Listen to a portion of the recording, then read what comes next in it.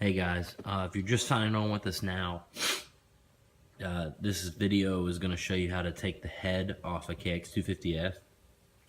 If you watched the previous video, you know that we went to check valves on this one. It would no longer start. We went to check valves on it.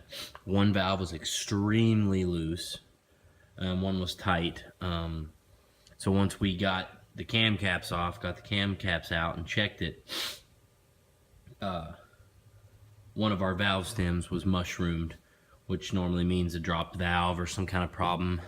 We need to get that valve out and inspect it.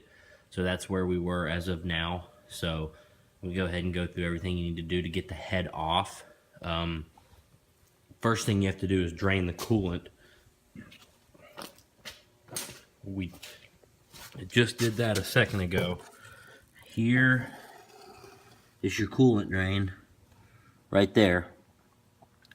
Just an 8mm bolt, pretty shorty. Just make sure you take the radiator cap off so there's no vapor lock. Drain this, keep you from having a mess when we go to get this head off. Next, we're gonna work on the head pipe, get it off. It's two 12mm nuts. T-handle works good there. You got a 12 here. We'll pull this head pipe off.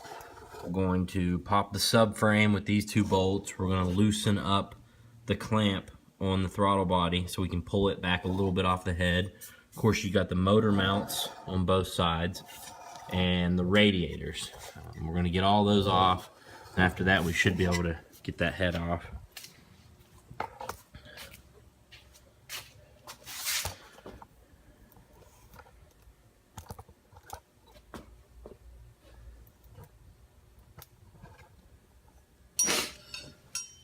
Alright, we'll start off with these motor mounts. 12 and 14mm T-handles work great on these.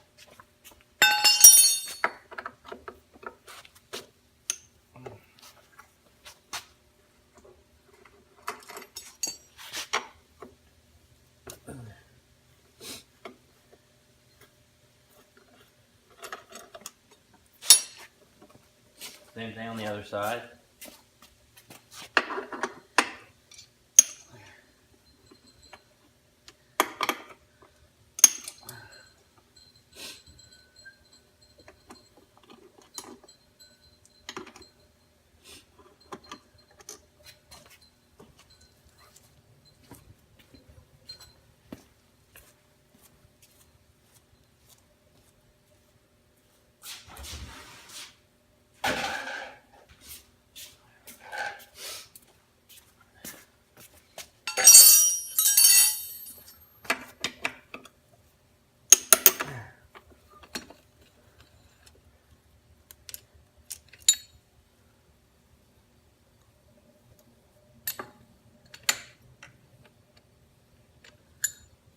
Make sure you get the nuts that come off the back because they're easily lost.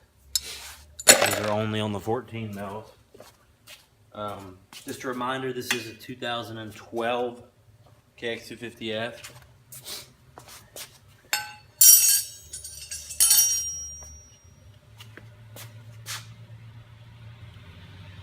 Next, we're going for the head pipe. We've got two 10mm nuts on studs. No, 12mm, sorry. Right here. And then we've got a 12mm band connecting the head pipe to the mid pipe.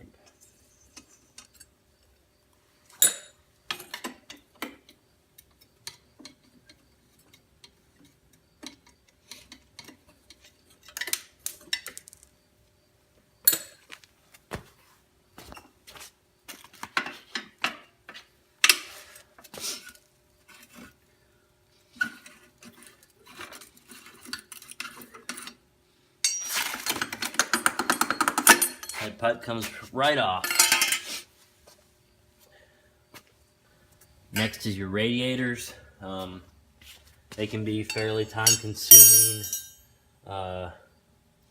You just have a lot of small lines to loosen up the clamps on with a Phillips head or a 6mm socket. Got the coil right here we need to get off and out of our way.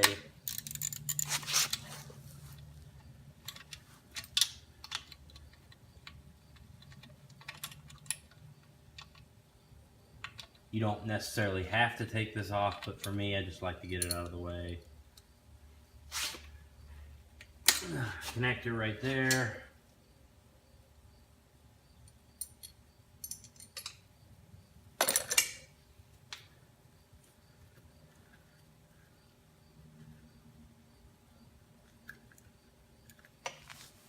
Okay, next I'm going to get a Phillips and start loosening up these bands.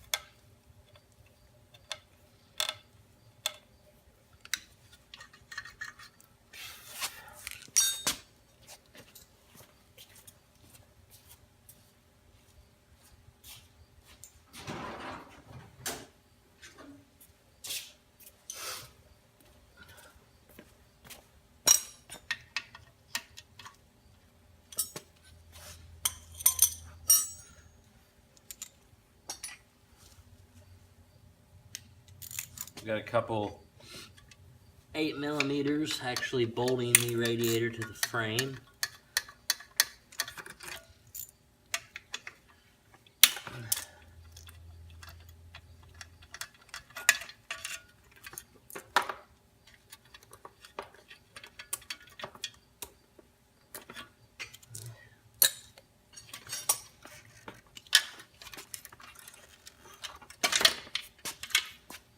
There's one off.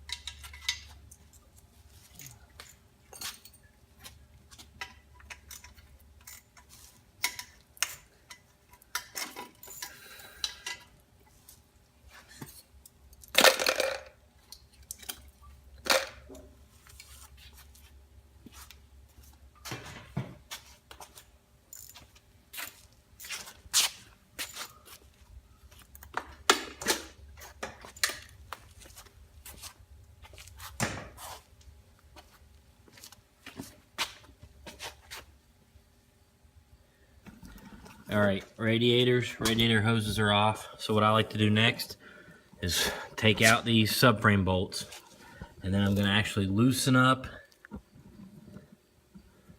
this clamp right here where the throttle body meets the boot, so that I can pull the subframe up and get the throttle body just far enough away from the head that I'll be able to slide the head out.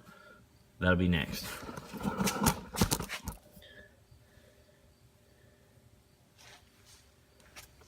Okay, just so you guys can see what I did, took those bolts out, I loosened up the clamp right there, pulled the subframe up so that the throttle body popped off the boot.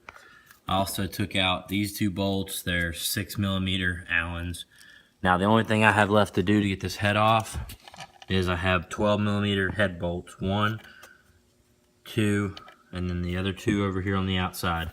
All I have to do is take those puppies out with a 12mm socket and ratchet, and we can get this head up. I've got the cam chain zip tied up to the frame right now, just so it didn't fall down in there and cause me any problems.